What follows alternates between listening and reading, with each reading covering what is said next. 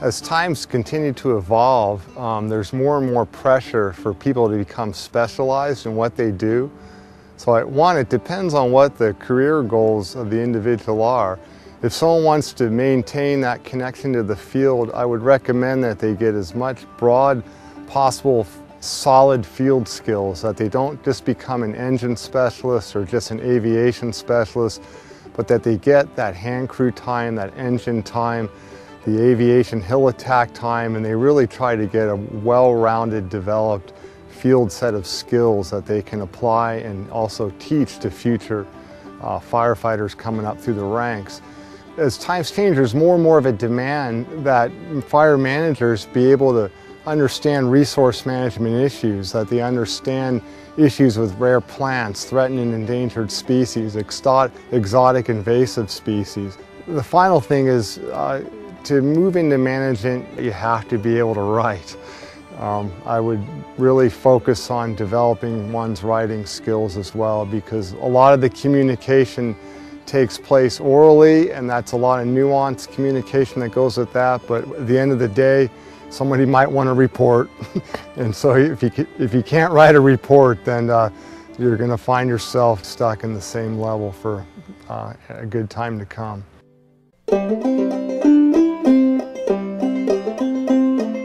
The key is the relationship between mentee and mentor. It has to be the right chemistry for there really to be a rewarding and enriching experience for both parties. And it doesn't always work, and that's okay. If it doesn't work, then seek someone else out. Most of the effective mentors I've had in my career have been past supervisors. There's never was a formal mentor-mentee relationship, but a very informal, and a lot of it was just learning by watching how to do things, sometimes how to not do things. I had to be open to that person, to want to learn from them, and that usually means I had to have a certain level of respect for that person. When I was on the hotshot crew back in '94, on the Arrowhead crew for the Park Service, I was given an opportunity to go to Boise to detail into a position to coordinate some kind of new prescribed fire support module program. And it was a real new concept, and no one had done it before. And so, you know, I had an injury I was recouping from, so it worked out pretty good. The timing was right for me to take a detail, and my superintendent, Jim Cook, kind of really helped grease the wheels to get me up there. And I ended up sort of taking on this program, basically went from being a GS6 dirt thrower to a GS6 that was frantically learning how to use computers and type and kind of learn policy as I would go and kind of bluff my way through situations, not wanting to look too silly. But that was a pretty big risk personally, because I was leaving a world that I was very comfortable with. I stepped outside my comfort zone and took on a new job.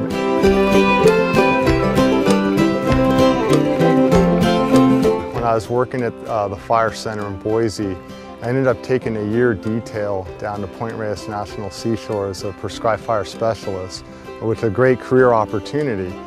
And so I set things up behind me to return to my job in a year, and lo and behold, about 6 months into that detail, my position behind me in Boise was eliminated for various reasons.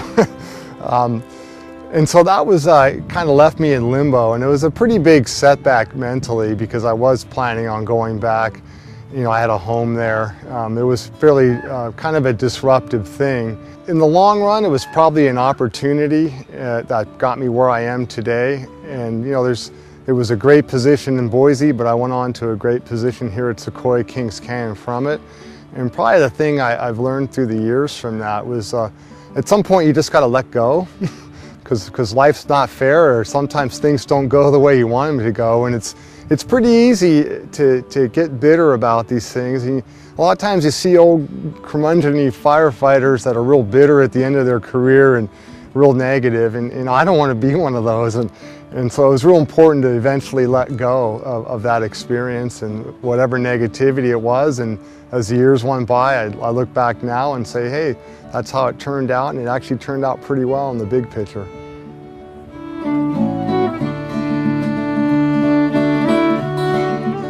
Especially during my hotshot years, I prioritized work over my personal life and probably suffered in my personal life because of that. You know, I missed weddings, I missed birthdays, anniversaries, things that happen once that don't repeat. I don't regret being a hotshot. That was probably some of the best years of my career. But I do regret the fact that I let my work-life balance get so skewed that my personal life ultimately suffered from it.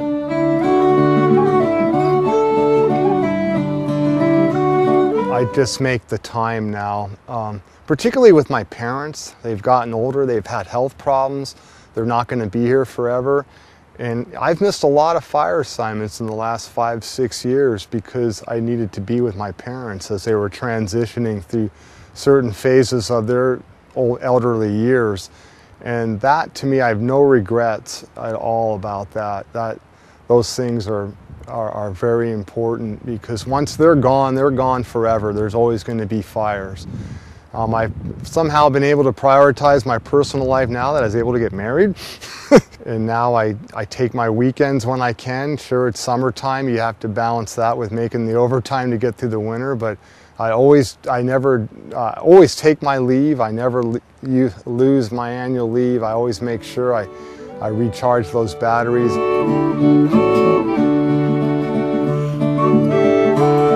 I got with the Park Service in 1987, and something about the Park Service mission just kind of resonated with me.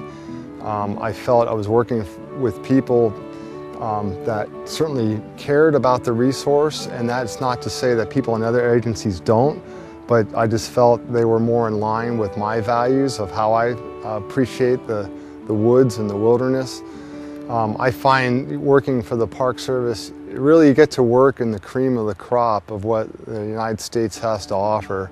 You get to work in the most beautiful places. And honestly, I've been working with the Park Service, I said, since 1987, and every day I drive through that entrance station to come to work. It sounds kind of corny, but I look around and I go, I can't believe how lucky I am to work here.